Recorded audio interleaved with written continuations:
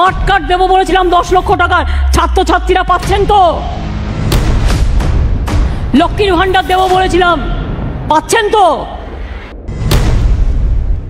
কৃষক বন্ধু 10,000 টাকা দেবো বলেছিলাম, পাচ্ছেন তো? নমস্কার দর্শক বন্ধুরা, মুখ্যমন্ত্রী মমতা বন্দ্যোপাধ্যায় আজ প্রেস কনফারেন্সে লক্ষ্মীর ভান্ডার, কৃষক বন্ধু এবং বার্ধক্য ভাতা, পেনশনের মতো সরকারি সুবিধাগুলির উপর নতুন কিছু আপডেট এনেছেন। সেই সম্বন্ধে অনেক তথ্য দিয়েছেন। আপনাদের কিন্তু ভিডিওটা শেষ পর্যন্ত দেখতে হবে, নাহলে কিন্তু আপনি এই সুবিধাগুলির থেকে বঞ্চিত হতে পারেন। তো চলুন মমতা দিদি কি বলেছেন সেগুলো শুনে নেওয়া যাক, আর আপনি কিন্তু ভিডিওটা শেষ পর্যন্ত দেখতে থাকবেন। স্মার্ট কার্ড দেবো বলেছিলাম 10 লক্ষ টাকার, ছাত্রছাত্রীরা পাচ্ছেন তো? লক্ষ্মীর ভান্ডার দেবো বলেছিলাম, পাচ্ছেন তো? কৃষক বন্ধু 10,000 টাকা দেবো বলেছিলাম, পাচ্ছেন তো? সবটা 1,000 করে পাবেন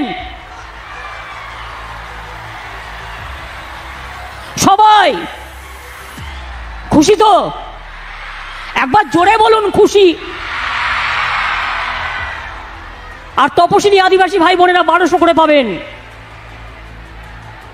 আর যতদিন জীবনে বেঁচে থাকবেন, 60 বছর বয়স হয়ে যাওয়ার পরেও আপনাদের এই লক্ষ্মীর ভান্ডার অটোমেটিক্যালি যতদিন বেঁচে থাকবেন চলবে।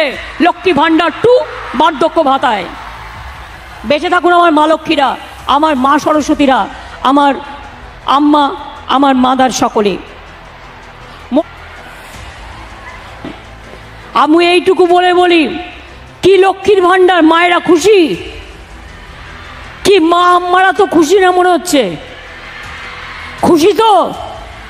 দেখুন, আপনার লক্ষ্মীর ভান্ডার, আপনার মেয়ের কন্যাশ্রী, আপনার ছেলের সবুজ সাথী, আপনার বাড়িতে ওল্ড এজ পেনশন, আপনার ফ্রিতে রেশন, আপনার স্বাস্থ্যসাথী, আপনার নিজস্ব অধিকার, আপনার নিজস্ব সম্মান। আমার লোকপ্রসার শিল্পী, ধামসা মাদল, আদিবাসী বাউল, সমস্ত সংস্কৃতির কর্মীরা, ছৌ নাচ থেকে শুরু করে, সেলফ হেল্প গ্রুপ থেকে শুরু করে, তারাও নিজ মর্যাদায় বাঁচে। তাদের জন্য অনেক কিছু করা হয়েছে। চাষি ভাইদের বলে যাই, চাষি ভাইরা, যে জমির ফসল নষ্ট হয়েছে সে টাকা আপনারা পাবেন, মিউটেশন ফি করতে হয় না। আর আপনাদের চাল সবটাই আমরা কিনে নিই, অর্থাৎ আমরা প্রকিউরমেন্ট করি। আর এখন আলুর জন্য শস্য বিমা করা হয়েছে, আলুর জন্য শস্য বিমা করা হচ্ছে। তার কারণ হুগলিতে অনেক আলু হয়, মেদিনীপুরে অনেক আলু চাষি আছেন, তাদের আলু নষ্ট হয়ে গেলে, দাম কমে গেলে, দাম পড়ে গেলে তাদেরও অনেক ক্ষতি হয়, তাদের জন্যও করা হচ্ছে। কি আছে আমার দেখার? আমরা এবার 6টা ইকোনমিক করিডোর করছি, যার দুপাশ জুড়ে ইন্ডাস্ট্রি হবে। ডানকুনি, কল্যাণী, ডানকুনি বাঁকুড়া বর্ধমান হয়ে পুরুলিয়া রঘুনাথপুর, ডানকুনি